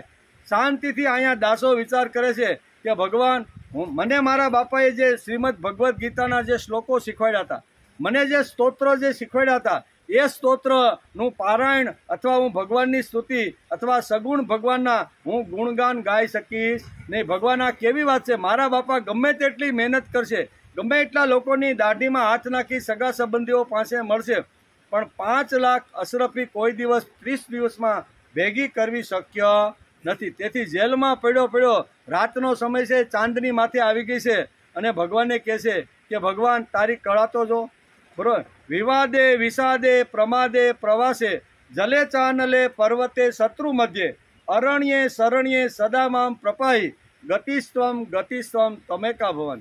હે ભવાની, હે ભગવાન, તમારા સિવાય મારો કોઈ આધાર નથી, મારા બાપનો પણ આધાર નથી કે જે આવી રીતનું કરી શકે. સગા સંબંધી એટલા આવી રીતના મજબૂત નથી કે જે આ બધું ભેગું કરી શકે. હવે 30 દિવસ થાય એટલે હે ભગવાન, હવે હું ગીતાનો પાઠ કરી શકીશ નહીં, વેદનો પાઠ કરી શકીશ નહીં, આવી રીતના ઉપદેશના મંત્રો બોલી શકીશ નહીં, હવે તો મારે કુરાન પઢી અને એના કલમો જ પઢવા પડશે. આ સિવાય બીજો કોઈ ઉપાય નથી. પણ હે માં જગદંબા, હે માં ભવાની, તું જ એક મારો આધાર છે કે તું જ મને આમાંથી છોડાવીશ. બાકી કોઈની તાકાત નથી આ નગરની અંદર કે આવી રીતની આ 5 લાખ અશરફી જમા કરા. આમ કરી અને રાતના પ્રભુનું સ્મરણ કરતો કરતો રાત્રે સૂઈ જાય છે. બીજે દિવસે અહીંયા રાજા, અહીં બાદશાહ પોતે જેલમાં દાસોને મળવા માટે આવે છે. દાસોને કહેશે કે તારા ધર્મમાં છે શું એમ, તું એકવાર તારો આ ધર્મ છોડી અને મારી પાસે જો આવી જાય ને તો મારા પછીનું સ્થાન ખુરશી ઉપર તારું છે. કેવડું મોટું પ્રલોભન, વિચાર તો કરો. દાસોને કહેશે એકવાર તું હિન્દુત્વ છોડી દે અને મુસલમાન બની જા અને મારો દીકરો થઈને રહે ને તો મારા પછીની ગાદી હું તને આપવાનો છું. અને એ વખતે જે સિંહ ઘૂઘરાટ કરે એમ જેલના સળિયામાં બેઠો બેઠો અહીંયા બાદશાહને જવાબ આપે છે કે તારા ધર્મમાં શું છે? તારો ધર્મ તો કોડીનો છે. તારા ધર્મમાં સગુણ ભગવાનની ઉપાસના સહી શક્તિ નથી. મારી પાસે એક એવો ધર્મ છે કે સગુણ સ્વરૂપે ભગવાનને હું વારંવાર યાદ કરી શકું. આમ કરીને સિંહ જેમ ગરજતો હોય એમ ગર્જના કરી અને બાદશાહે જે કાંઈ પ્રલોભનો આપ્યા એ બધાને જેમ લાત મારતો હોય ને એ કે તારા પ્રલોભોને બધાને લાત મારું છું, બરોબર ને, પણ હું આવી રીતનો બનવાનો નથી. હું 30 દિવસ સુધી રાહ જોવાનો છું. આમ કરી અને રાજા બાદશાહ વિચાર કર્યો કે આ લાતો છે દેવ, બાતો છે માન, આ લાતોનું છે ને ભૂત, આ કાંઈ આમને હવે માનશે. એના માટે ઘણા બધા બાદશાહે ઉપાયો કર્યા પણ દાસો એકનો બે થયો નહીં. વિચાર કરવા લાગ્યા કે હવે 30 દિવસ તો મારે રાહ જોવી પડશે. 30 દિવસની રાહ પૂરી થઈ. અકડેઠાટ સભા ભરાયેલી હતી.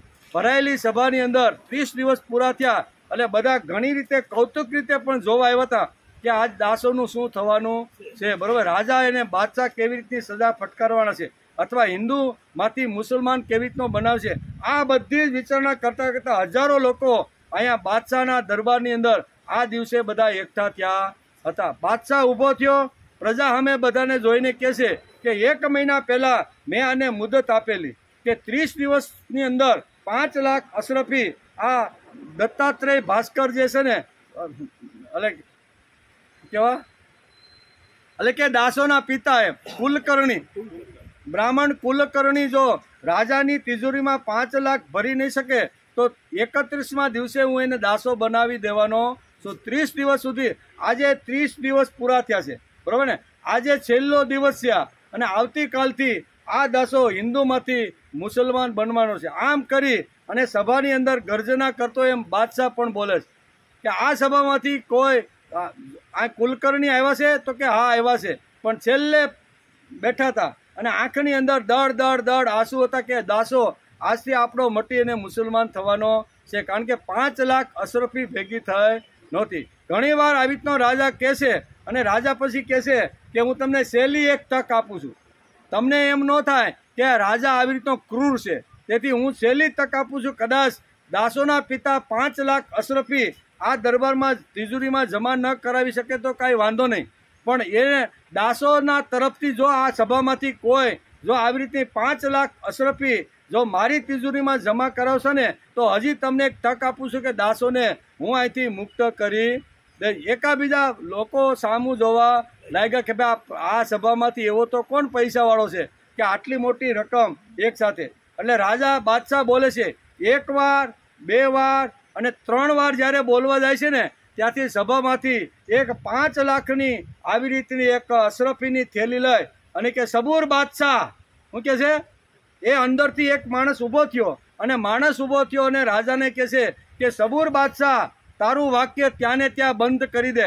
આ તારી 5 લાખ અશરફી કે અને દાસોને તું છોડાવી દે. દાસો વિચાર કરવા લાગ્યો કે સભામાંથી કોઈ સગા સંબંધી નથી, આ ભાઈને હું ઓળખતો નથી અને આ સભામાંથી આવ્યું કોણ એમ, બરોબર ને. તો એને 5 લાખ અશરફી આપી અને દાસોને છોડાવી અને ઘરે લઈ ગયા. દાસો વિચાર કરે છે કે જે કામ મારા પિતા ન કરી શક્યા, જે કામ મારા સગા સંબંધી ન કરી શક્યા, જે કામ મારી માતા પણ કરી શકી નહીં, એ કામ કર્યું કોણે? તો તપાસ કરવા માટે આખા નગરમાં આવી રીતનો છે. રાજા પૂછે છે કે ભાઈ 5 લાખ અશરફી આપનાર તું કોણ છો? કે તો કે હું આજ રાજા આ તમારી રયતનો જ માણસ છું અને મારું નામ છે દત્ત ભાસ્કર. કેવો? મારું નામ છે દત્તા ભાસ્કર, એમ કે હું આ નગરની અંદર જ રહું છું. એમ કરી અને રાજાને 5 લાખ અશરફી આવી એનું સુખ હતું નહીં, પણ હાથમાંથી દાસો સટકી ગયો એનું એને દુઃખ હતું. 2 વાત અહીં થાય છે. હું કે 5 લાખ અશરફી આવી એનું સુખ એને મળ્યું નહીં, પણ આવો સિંહની ગર્જના કરતો અને કુરાનને અંતિમ સુધી લઈ જનાર આવો દિવ્ય અને તેજસ્વી બુદ્ધિમાન જે બાળક હતો ને એ મારા હાથમાંથી સટકી ગયો. આ હાથમાંથી સટકી ગયો એવું રાજાને ખૂબ દુઃખ થયું. બીજે દિવસે અહીંયા વિચાર કરે છે, ઘરે આવે છે, મા બાપ એને સાંત્વન કરવા માટે પ્રયત્ન કરે છે, પણ એ તો ભગવાનની અંદર જ ખોવાઈ ગયો કે આટલી મોટી સભા, આટલી મોટી અશરફી અને બાદશાહને આવી રીતનો જવાબ આપનાર આ વ્યક્તિ છે કોણ? નગરની અંદર મા બાપ સહિત બધાએ સગા સંબંધીએ આખા નગરમાં જ્યાં જ્યાં બધાના ઘર ખખડાવીને કીધું કે ભાઈ દત્તાકર ભાસ્કર નામની કોઈ વ્યક્તિ અહીં રહેશે કે કેમ? તો આખા નગરમાં બધે તપાસ કરી પણ આ નામની કોઈ વ્યક્તિ મળી નહીં. કોણ હતું? તો કે ભગવાન અહીંયા દત્ત ભાસ્કરનો આવી રીતનો શું કહેવાય એનું રૂપ ધારણ કરી અને આવી રીતના તેજસ્વી બાળક આવી રીતનો હિન્દુમાંથી મુસલમાન ન થાય એના માટે ભગવાનને પણ ચિંતા હતી. તેથી ભગવાન આવી રીતનું રૂપ લઈ અને આવી રીતના દાસાને કહેવાનો અર્થ કે આ ભગવાન ન માગતા કીધા વગર ને બોલાવ્યા વગર આવી જાય, બરોબર ને? તો અહીંયા એનું વર્ણન છે. તેથી ભગવાનના ભજનની વાત કરે છે. બીજી વાત કહે છે કે એમાં વસ્તુત બધા જ વિષયો ભગવત રૂપ હોવાના કારણે સરખા છે. તેથી જ્યારે ઇન્દ્રિયોની વૃત્તિઓ વડે પણ ભગવત ભક્તનું ચિંતન તે વિષયોમાં પ્રિય અપ્રિય એવી વિષમતા અનુભવાતી નથી. સર્વત્ર ભગવાનનું દર્શન કરે છે ત્યારે તે સંગરહિત સૌમાં સમતારૂપ સ્થિત ત્યજવા અને ગ્રહણ કરવા યોગ્ય દોષો અને ગુણો વિનાના પોતાના મહિમામાં આરૂઢ એવા પોતાના આત્માનો બ્રહ્મરૂપે સાક્ષાત્કાર કરે છે. માતાને ઉપદેશ આપતા અત્યારે અહીં કપિલ ભગવાન આ બધી વાતો એને સમજાવે છે. એટલે કે સાક્ષાત આવી રીતના તેજ જ્ઞાનરૂપ છે, તેજ બ્રહ્મરૂપ છે. આગળ કહે છે તેજ જ્ઞાનરૂપ છે, તેજ ભગવાન બ્રહ્મરૂપ છે, તેજ પરમાત્મા છે, તેજ ઈશ્વર છે, તેજ પુરુષ છે અને તેજ ભગવાન સ્વયં જીવ શરીર વિષયો ઇન્દ્રિયો વગેરે અનેક રૂપોમાં પ્રતીત થાય છે. સમસ્ત સંસારમાં આ શક્તિનો અભાવ થઈ જવો બસ એ જ યોગીઓના બધા પ્રકારના યોગ સાધનાનું એકમાત્ર અભિષ્ટ ફળ છે. બ્રહ્મ એક જ છે. શું કે છે? અહીં સાંખ્ય શાસ્ત્રનો વિસ્તાર કરતા અહીંયા ભગવાન કપિલ કહે છે કે બ્રહ્મ એક જ છે, જ્ઞાનરૂપ અને નિર્ગુણ છે. તો પણ તે બાહ્ય વૃત્તિઓથી ઇન્દ્રિયો વડે ભ્રાંતિઓને લીધે શબ્દ વગેરે ધર્મોવાળા વિભિન્ન પદાર્થો રૂપે આપણને ભાસી રહ્યા છે. બ્રહ્મ તત્વ એક છે. નામ આપણે ભલે ગમે તે આપી, રામ કયો, કૃષ્ણ કયો, શિવ કયો, માતાજી કયો, ગણપતિ કયો, હનુમાન કયો, બરાબર, અનેક ભગવાનના અનેક રૂપો અને અનેક પ્રકારના નામ છે, પણ બ્રહ્મ તત્વ તો એક જ છે. જેમ આપણે ઘણીવાર ઇલેક્ટ્રિસિટીનું દ્રષ્ટાંત આપીને કે ઇલેક્ટ્રિસિટી એક જ હોય પણ ઘરમાં અલગ અલગ જગ્યાએ આ વાયર કામ કરતું હોય તો આપણે એને અલગ અલગ જેવી રીતના નામ આપીએ છીએ એવી રીતના અહીંયા બ્રહ્મ તત્વ એક જ છે. અને બ્રહ્મ તત્વ એક હોય તો બધી જ રીતે બધી જગ્યાએ આવી રીતનું કામ કરે છે. પછી આગળ કહે છે કે જે રીતે એક જ પરબ્રહ્મ તત્વ મહતત્વ વૈયક્તિક રાજસ અને તામસ એ 3 પ્રકારનો અહંકાર પંચમહાભૂતો તેમજ 11 ઇન્દ્રિયો રૂપી બની ગયો અને પછી તે સ્વયં પ્રકાશ પરમ બ્રહ્મ તે પોતાના સંયોગથી જીવ કહેવાયો. તે જ રીતે જીવના શરીરરૂપ આ બ્રહ્માંડ પણ વાસ્તવમાં તો બ્રહ્મ જ છે. જીવ પણ આપણે બ્રહ્મરૂપ સમજવો, ફેંકી દેવા જેવું નથી. 5 જ્ઞાન, અહીંયા 11 ઇન્દ્રિયોની વાત કરીએ, 5 જ્ઞાનેન્દ્રિય, 5 કર્મેન્દ્રિય અને 11મું મન. આ જે બધું છે એ બધું જીવના શરીર રૂપની અંદર આ બ્રહ્માંડની અંદર વાસ્તવમાં જે રહે છે તે બ્રહ્મ જ છે. એટલે કે જીવ એ બ્રહ્મ જ છે. એટલે કે ને કે અહમ બ્રહ્માસ્મિ, જે જીવ છે ને એ બ્રહ્મ પ્રાપ્ત કરી શકે છે. એમ કે એ જીવ વાસ્તવમાં બ્રહ્મ છે, કારણ કે બ્રહ્મમાંથી જ તેની ઉત્પત્તિ થાય છે શિવમાંથી જીવ ઉત્પન્ન થયો છે, એટલે ઉત્પત્તિ તો એમાંથી જ થઈ છે. એટલે અહીં કે બ્રહ્મ તત્વમાંથી જીવ ઉત્પન્ન થયો છે, તેથી જીવ જ બ્રહ્મ છે. અને જીવ બ્રહ્મ હોય તો એની અંદર આ 5 જ્ઞાનેન્દ્રિય, 5 કર્મેન્દ્રિય અને 11મું મન. કર્મેન્દ્રિય કઈ છે? તો કર્મેન્દ્રિય આપણા પગ ઈ કર્મેન્દ્રિય છે, હાથ ઈ કર્મેન્દ્રિય છે, જનેન્દ્રિય કર્મેન્દ્રિય છે, ગુદા ઈ કર્મેન્દ્રિય છે, અને જીભ, આ 5 કર્મેન્દ્રિય કહેવામાં આવે છે. તો જ્ઞાનેન્દ્રિય કઈ? તો કે કાન આપણે જે સાંભળે છે એને જ્ઞાનેન્દ્રિય કહેવાય, આંખ જોવે છે એને જ્ઞાનેન્દ્રિય કહેવાય, નાક સૂંઘે છે એને જ્ઞાનેન્દ્રિય કહેવાય, જીભ વાણીથી બોલે છે એને જ્ઞાનેન્દ્રિય કહેવાય, અને શરીર ઉપર ચામડી ઉપર જે સ્પર્શ થાય છે આ 5 જ્ઞાનેન્દ્રિય. એટલે નહીતર શું છે ઘણીવાર ભેગા ગોટાળો થઈ જાય. આ 5 જ્ઞાનેન્દ્રિય અને 5 કર્મેન્દ્રિય અને 11મું જે મન છે એ જ્યારે શિવમાંથી છૂટો પડ્યો અને જીવને પણ આ જ્ઞાનેન્દ્રિયનો જેવી રીતનો સ્પર્શ થાય છે એવી રીતનો ભગવાનને પણ આ રીતનો સ્પર્શ થાય છે. કારણ કે ભગવાનમાંથી છૂટો પડેલો જીવ એ ભગવાનનો જ અંશ છે. ગીતામાં પણ ભગવાને આ વાત સમજાવી છે કે મમે વાંસો જીવ લોકે જીવ ભૂત સનાતન.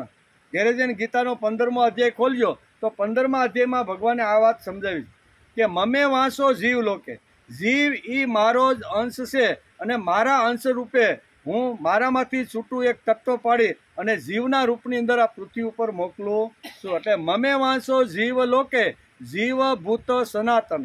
સનાતનની અંદર રહેલું જે જીવ તત્વ છે એ મારું જ રૂપ છે. તેથી જ આપણે ભગવાનનું રૂપ જો દરેકની અંદર હોય તો આપણે કોઈની ઈર્ષા કરવી જોઈએ નહીં, કારણ કે બધાની અંદર ભગવાન છે. તેથી તો અદ્વેષ્ટા શબ્દ વાપર્યો છે.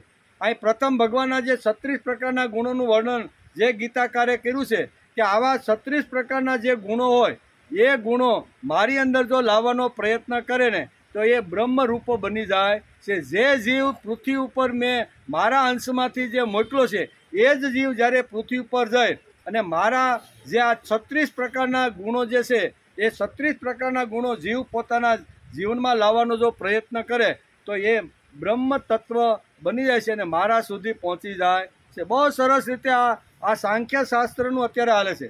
સાંખ્ય એટલે જ્ઞાન, અને કપિલ ભગવાને આખું સાંખ્ય શાસ્ત્ર માતા દેવહૂતિને અંતિમ દેવહૂતિનો મોક્ષ કેવી રીતનો થાય અને એને પાછો ફરીથી બીજો જન્મ ન મળે, ન લેવો પડે, એના માટે કપિલ ભગવાને માતા દેવહૂતિને વારંવાર આ સાંખ્ય શાસ્ત્ર સમજાવી રહ્યા છે કે બ્રહ્મ તત્વ એક જ છે, એમાંથી છૂટો પડેલો જીવ એ મારો જ અંશ છે. તેથી અદ્વેષ્ટા સર્વભૂતાના મૈત્ર કરુણ એવ સ નિર્મમો નિરહંકાર સમ દુઃખ સુખ સમી. આ બધી જે વાતો છે એ બધી જીવે પોતાના જીવનમાં લાવવાનો પ્રયત્ન કરવો જોઈએ. તેથી ભગવાનના ગુણોનું વર્ણન કરો, ભગવાનના ગુણો જીવનમાં આવે તેના માટે સતત પ્રયત્ન કરો અને ભજનથી તમે આ બધું પ્રાપ્ત કરી શકશો. એમ અત્યારે દેવહૂતિને અહીંયા કપિલ ભગવાન સમજાવે છે.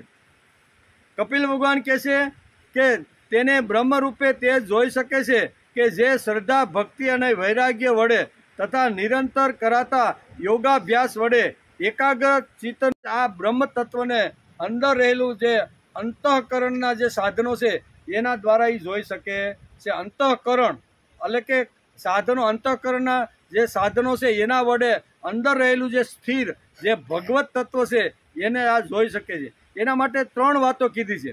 એક તો શ્રદ્ધા હોવી જોઈએ, બીજું ભક્તિ હોવી જોઈએ, અને ત્રીજું વૈરાગ્ય. ભક્તિ, શ્રદ્ધા અને વૈરાગ્ય વડે આ જીવ જે અંતઃકરણની અંદર હું જે રહેલો છું એને જોવા માટે આ 3 સાધનો બહુ સરસ રીતના અહીંયા સમજાવ્યા છે. પછી આગળ કહે છે કે હે પૂજ્યમાં, મેં તમને બ્રહ્મ સાક્ષાત્કારના સાધનરૂપ આ જ્ઞાન તમને મેં સંભળાવ્યું. કેવું છે? બ્રહ્મનો સાક્ષાત્કાર કેવી રીતનું થાય એ જ્ઞાન મેં તમને સમજાવ્યું. આમ માતા દેવહૂતિને અહીંયા ભગવાન કપિલ કહે છે કે એ જ્ઞાન મેં તમને સમજાવ્યું. તેના વડે પ્રકૃતિ અને પુરુષના યથાર્થ સ્વરૂપનો બોધ થઈ જાય છે. પછી પ્રકૃતિ હોય, પુરુષ હોય, સત્વ, રજો, તમ જે કાંઈ આ બધી વાતો છે એનો બોધ માણસને થઈ જાય છે. આવું તત્વજ્ઞાન, આવું મેં સાંખ્ય શાસ્ત્ર મેં તમને સમજાવ્યું છે. હે દેવી, નિર્ગુણ એટલે કે નિર્ગુણ બ્રહ્મ વિષયક જ્ઞાન યોગ અને મારા પ્રત્યે કરેલો ભક્તિ યોગ આ બંનેનું ફળ એક જ છે. ભગવાન નામથી જ પણ તે જ કહેવાયું છે. એટલે ભગવાન નામથી તે જ પણ કહેવાયું છે કે નિર્ગુણ બ્રહ્મ અને જ્ઞાન યોગ. નિર્ગુણ નિરાકાર કહીને અહીંયા દાસોનો આ જ પ્રશ્ન હતો. જેલની અંદર વારંવાર રાજા બાદશાહ જ્યારે એને મળવા જતો હતો ત્યારે રાજા એને કહેતો હતો કે તારા હિન્દુ ધર્મમાં છે હું ભાઈ, ત્યારે ગર્જના કરીને કહેતો હતો કે તું તો નિર્ગુણ નિરાકાર, તારા ભગવાનને કોઈ આકાર નથી. આકાર વગરનો જે ભગવાન છે ને એ ભગવાનને અમે માનતા નથી. આ એ સિંહ ગર્જના સાથે વારંવાર જ્યારે 30 દિવસમાં મળવાનો બાદશાહને મોકો મળતો ત્યારે એને લાલચ આપી ગમે તેમ કરી અને એને નાપાક એટલે કે આવી રીતનો મુસલમાન બનવા માટે ખૂબ પ્રયત્ન કર્યો. ત્યારે આ સિંહ ગર્જના કહે છે કે આવી રીતના નિર્ગુણ ભગવાનની ઉપાસના તમારા ધર્મમાં કે તમારા આવી રીતની અમારામાં તો બંનેની ઉપાસના છે. નિર્ગુણ નિરાકારને પણ અમે પૂજીએ છીએ અને સગુણ સાકાર રૂપની પણ અમે ઉપાસના કરીએ છીએ. તમે ફક્ત નિર્ગુણ નિરાકાર આવી સગુણ સાકારની ઉપાસના કરતા નથી. આવી ગર્જના સાથે પણ આપણા આવી રીતના હજારો વર્ષો પહેલા આ ધરતી ઉપર જે આ ચરિત્રો થયા એણે પણ આ જ ગર્જના કરી છે. તેથી અહીંયા દેવહૂતિને બહુ સરસ રીતે અહીંયા ભગવાન કપિલ કહે છે કે હે દેવી, નિર્ગુણ બ્રહ્મ વિષયક જ્ઞાન યોગ અને મારા પ્રત્યે કરેલો જે ભક્તિ યોગ છે આ બંનેનું ફળ એક જ છે. બંનેનું ફળ એક જ છે. એમ કે એક જ છે. જેમાં રૂપ રસ ગંધ વગેરે અનેક ગુણોનો આશ્રયભૂત એક જ પદાર્થ ભિન્ન ભિન્ન ઇન્દ્રિયો વડે ભિન્ન ભિન્ન રૂપે અનુભવાય છે, તેવી જ રીતે શાસ્ત્રોના ભિન્ન ભિન્ન માર્ગો વડે એક જ ભગવાનની અનેક પ્રકારે અનુભૂતિ થાય છે. બ્રહ્મ તત્વ એક જ છે પણ અલગ અલગ કોઈ માને, કોઈ માતાજીને માને, કોઈ આવી રીતના ભગવાન કૃષ્ણને માને, કોઈ શિવને માને, કોઈ રામને માને. અલગ અલગ બધી ઉપાસના તો વિભિન્ન કહે છે ને કે વિભિન્ન વર્ગો વડે વિભિન્ન પ્રકારની મારી એક જ તત્વની અલગ અલગ રૂપોની અંદર સમાજની અંદર લોકો ઉપાસના કરે છે. એક નહીં, તત્વ જે તત્વ એને ઉપાડ્યું એની એ ઉપાસના કરે છે. એટલે કે અનેક પ્રકારે આવી રીતની ઉપાસના કરે છે. એ મારી જ બધી અનુભૂતિ છે. અનેક પ્રકારના કર્મ સમૂહો, યજ્ઞો, દાન, તપ, વેદોનું અધ્યયન, વેદ વિચાર એટલે કે મીમાંસા, મન અને ઇન્દ્રિયોનો સંયમ, કર્મોનો ત્યાગ, વિવિધ અંગોવાળા યોગ, ભક્તિ યોગ, નિવૃત્તિ અને પ્રવૃત્તિ રૂપી સકામ અને નિષ્કામ બંને પ્રકારના ધર્મો, આત્માના તત્વનું જ્ઞાન અને દઢ વૈરાગ્ય, આ બધા સાધનોથી સગુણ નિર્ગુણ રૂપ સ્વયં પ્રકાશ એવા ભગવાનને જ પામી શકાય છે. ઘણા લોકો દલીલ કરે છે કે નિર્ગુણ નિરાકાર જે છે એ કોઈ દી સગુણ સાકાર રૂપ થાય નહીં, કારણ કે સગુણ સાકાર રૂપ થાય તો એની અંદર બધા દોષો આવે, એનું મૃત્યુ થાય, એની ઠાઠડી નીકળે અને એને પછી બાળવા જવા પડે. તો આ કાંઈ ભગવાન હોઈ શકે? ઘણા ધર્મો આવી રીતના હિન્દુ ધર્મ ઉપર અથવા ભારતીય તત્વજ્ઞાન ઉપર આવી રીતના પ્રહારો અને આવી રીતનું ઘણું બોલતા હોય છે કે તમારો ધર્મ આવી રીતનો સગુણ છે. એકવાર નિર્ગુણ નિરાકાર ભગવાન સગુણ સાકાર રૂપ આવ્યો એટલે એને બધું જ લાગુ પડે. સત્વ લાગુ પડે, રજ લાગુ પડે, પ્રવૃત્તિ લાગુ પડે, નિવૃત્તિ લાગુ પડે, જન્મ લાગુ પડે, બરોબર ને, મૃત્યુ પણ લાગુ પડે અને મૃત્યુ થાય એટલે બાળવાનું આ બધું છે.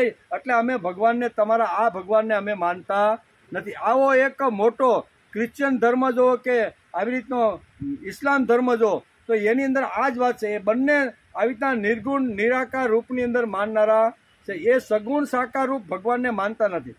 ત્યારે ઘણીવાર આપણે પ્રશ્ન થાય કે જે નિર્ગુણ નિરાકાર છે, શક્તિ તો એક જ છે.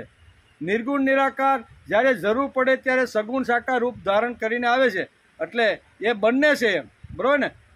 ઘણીવાર આપણે થાય કે આપણે જ્યારે દિવસે હાલતા ચાલતા કામ ધંધા નોકરી કરતા હોય ત્યારે આપણું સગુણ સ્વરૂપ હોય છે અને રાત્રે જે વખતે આપણે પથારીમાં પડીએ છીએ ત્યારે આપણે નિર્ગુણ નિરાકાર થઈ જાય છે. એકનું એક શરીર બે પ્રકારે 24 કલાકમાં કામ કરે કે નથી કરતા, તો એવી રીતે ભગવાન પણ છે. જ્યારે જરૂર પડે ત્યારે સૃષ્ટિમાં આવે અને જરૂર ન પડે ત્યારે નિર્ગુણ નિરાકાર રૂપે એ આવી રીતના થઈ જાય છે. તેથી બંને રૂપ ભારતીય સંસ્કૃતિને માન્ય છે. અમુક સંસ્કૃતિમાં આ બંને રૂપ અથવા બંને આવી રીતનાની ઉપાસના કરતા નથી. તેથી અહીં કહે છે કે આટલા બધા ગુણો, અહીં કહે છે ને કે પ્રવૃત્તિ અને નિવૃત્તિ બંને બે જે આશ્રમ છે એ પ્રવૃત્તિના છે અને બે આશ્રમ છે એ નિવૃત્તિના છે. આ જે છે એ બધું સ્વરૂપ એને સમજાવે છે કે આત્માના તત્વનું જ્ઞાન અને દઢ વૈરાગ્ય આ બધા સાધનોથી સગુણ નિર્ગુણ રૂપ સ્વયં પ્રકાશ એવા ભગવાનને પામી શકાય છે. બંનેને માણસની જો તાકાત હોય તો ડાયરેક્ટ નિર્ગુણ નિરાકારમાં પણ માણસ ચિત્ત લગાડી શકે છે, પણ એ અઘરામાં અઘરી ઉપાસના છે. ડાયરેક્ટ સગુણ સ્વરૂપને છોડી અને નિર્ગુણ નિરાકારમાં મન લગાડવું અથવા ચિત્તને ચોંટાડવું એ ખૂબ જ અઘરું છે. તેથી અહીં બે રૂપ અહીં કીધા છે. ભારતીય સંસ્કૃતિને આ બંને રૂપો માન્ય છે. બરોબર. મને જ્યારે જરૂર પડે ત્યારે સગુણ સાકાર રૂપની સવારે અને રાત્રે જ્યારે સૂવું છું ત્યારે ભગવાન એ જ ભગવાન નિર્ગુણ નિરાકારે મને સંભાળતા રહેલા છે. એમાં સાત્વિક, રાજસી, તામસી અને પ્રાણીઓના જન્મ વગેરેના વિકારનું જે કારણ છે તથા જેની ગતિ જાણી શકાતી નથી તે કાળનું સ્વરૂપ હું તમને કહી ચૂક્યો છું. જે કાળની ગતિ જાણી શકાય નહીં એવા કાળની ગતિનું અને વિકારોનું મેં તમને જ્ઞાન આવી રીતનું આપ્યું છે. એમ કે એવું જ્ઞાન મેં તમને આપ્યું છે. હે દેવી, અવિદ્યા જનિત કર્મને કારણે જીવની અનેક ગતિઓ થાય છે.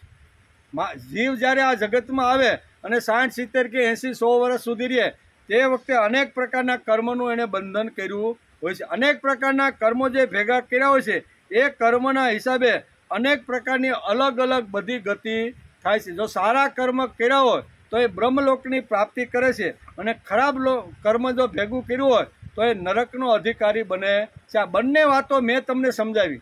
છેલ્લા અધ્યાયની અંદર બહુ સરસ રીતે અહીંયા માતાને કહે છે કે હે માતા, મેં તમને જે માણસ આ જગતમાં આવે છે અને મેં એને સ્વતંત્ર મન અને બુદ્ધિ આપી દીધા છે. એના દ્વારા એને સારા કર્મ કરવા, ખરાબ કરવા, મધ્ય કરવા, નહીં કરવા કે શું કરવા એ નિર્ણય એની બુદ્ધિએ લેવાનો છે. મન અને બુદ્ધિ સ્વતંત્ર હોય તો માણસ જે ધારે તે કરી શકે. આ બે મેં એને સ્વતંત્ર આપી દીધા, બાકી બધું મેં મારી પાસે રાખેલું છે. એ મનથી ધારે તો સારા કામ કરી શકે, બુદ્ધિથી ધારે તો સારા વિચારો કરી શકે છે. એટલે એ જે બે સ્વતંત્ર વાતો મેં જે તેમને આપી છે, બરોબર, તો એના દ્વારા એ દુષ્ટ, અનિષ્ટ, સારા કે શુભ કર્મો જે કાંઈ કર્મો કરે એ બધા જ કર્મનું અહીંયા અલગ અલગ ગતિથી એનું જ્યારે મૃત્યુ પામે છે ત્યારે અલગ ગતિ થાય છે. એ પણ બે સ્વરૂપ મેં તમને સમજાવ્યા. આ બંને સ્વરૂપ અધોગતિ અને ઉર્ધ્વગતિ. શું કે છે? અધોગતિ એટલે માણસ ખાડામાં પડે. આપણે આગલા એક અધ્યાયમાં જોયું ને કે ફક્ત જીવ ભગવાનને છોડી અને ફક્ત સંસાર વ્યવહારમાં જો પડ્યો રહે અને ભગવાન જેવું આ જગતમાં કાંઈ છે નહીં એમ કરતો કરો વૃદ્ધ થઈ જાય છે અને યમના દૂતો જ્યારે એને લેવા માટે આવે છે ત્યારે એની કેવી સ્થિતિ થાય? ફક્ત ભોગ ભોગ ભોગ ને ભોગ આવી રીતનું જો હોય અને તો એની ગતિ કેવી થઈ છે? હે માતા, આ ગતિ પણ મેં તમને મારા સાંખ્ય શાસ્ત્રમાં મેં તમને સમજાવવાનો પ્રયત્ન કર્યો. અને યોગીઓ આવી રીતના પરમ ગતિને કેવી રીતના પ્રાપ્ત થઈ જાય છે એ સંઘના માધ્યમથી પણ મેં તમને સમજાવવાનો પ્રયત્ન કર્યો. બંને જે માર્ગો છે એ બંને માર્ગોમાં જવા માટે માણસ આવી રીતનો એને સ્વતંત્ર છે. એના માટે કોઈ મેં બંધન રાખ્યું નથી. આ ભગવાન પોતે જ કહે છે કે મેં એને સ્વતંત્ર આપી દીધા છે. હાથની અંદર છપ્પુ આવે, બરોબર ને, અથવા સરી આવે તો જ્યારે ફેક્ટરીમાંથી કે કારખાનામાંથી જ્યારે સરી નીકળી હોય ત્યારે એમ કહેતી નથી કે મેં આ કોઈના ગળા કાપવા હું આ બજારમાં આવતી નથી, એવું કહે છે, બરોબર. પણ છતાંય ગળા કપાય છે કે નહીં? સરી જેના હાથમાં જાય છે એ સરી વાપરનાર નક્કી કરે છે કે આનાથી મારે શાક સમારવું કે કોઈનું ગળું કાપવું. એ સરી સ્વતંત્ર નથી, એ પરતંત્ર છે. એને જેવી રીતની વાપરો એવી રીતની વપરાય છે. એવી રીતે ભગવાનને માણસને મન અને બુદ્ધિ સ્વતંત્ર આપી દીધા છે. ભગવાન કહે છે કે આ બે વસ્તુ મેં તને સ્વતંત્ર આપી છે, બાકી બધું મેં મારે હાથમાં રાખેલું છે. જન્મવું, મરવું, કર્મનું બધું લિસ્ટ રાખવું, કયા કર્મે કઈ ગતિ આપી, આ બધું મેં મારી પાસે રાખ્યું. પણ આ બે સ્વતંત્ર વાતો મેં તને આપી દીધી છે. જેમ આવી રીતની સરી કહેતી નથી નાના આટલો આ કોઈનું ગળું કાપવું ને એ તો બહુ ખરાબ કામ છે, હું આ ગળા કાપવા માટે જન્મી નથી. એ અટકાવે છે?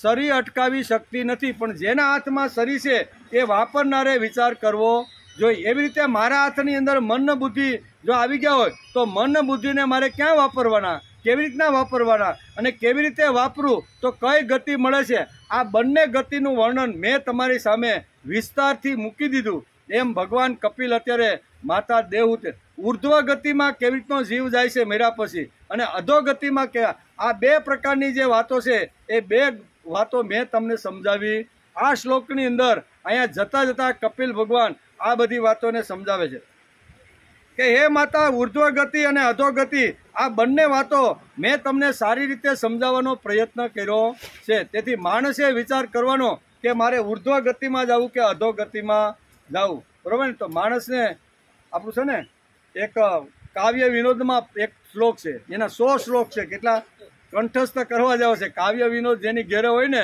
એ કાવ્ય વિનોદ ખોલીને વાંચજો. એમાં 100 શ્લોક લખ્યા છે અને 10 પાઠ છે. એક પાઠમાં 10 શ્લોક છે.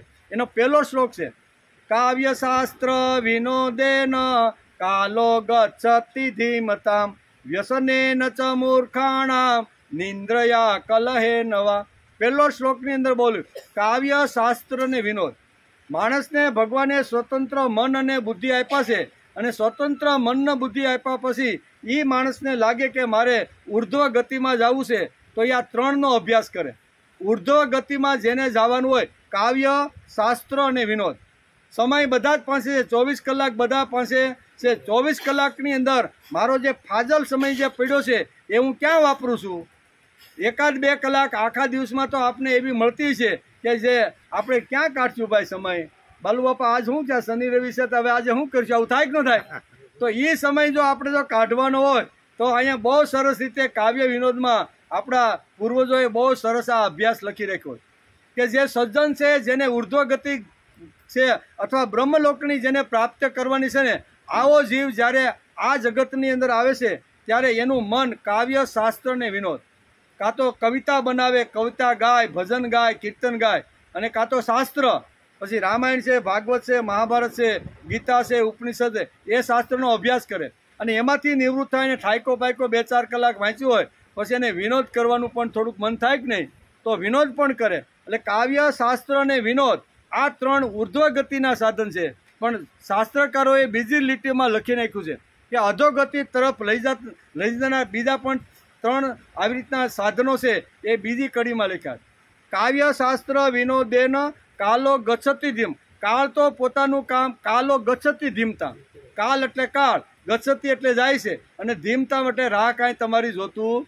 આ રાહ જોવે છે કે ના ના આજ મંગળવાર થઈ ગયો ને, મંગળવાર થઈ ગયો એટલે 2 કલાક જો તમે જાળી જાવ ને તો હું પછી અહીંયા આવી આવું. કાળ તો એનું કામ કરે છે. એ કાળની અંદર આપણે શું કરી લેવું એ માણસે મન અને બુદ્ધિથી વિચારવું જોઈએ. તેથી અહીં દેવહૂતિને કહે છે કે મેં સ્વતંત્ર રીતે માણસને મન અને બુદ્ધિ આપી દીધા છે. અધોગતિમાં લઈ જાય અને અધોગતિમાં એ મન બુદ્ધિને લઈ જાવ હોય તો મન આવી રીતના લઈ જાય છે. તેથી બીજી લીટીમાં કહે છે કે કાવ્ય શાસ્ત્ર વિનોદેન કાલો ગચ્છતિ ધીમતા વ્યસનેન ચ મૂર્ખાણામ નિંદ્રયા કલહેનવા.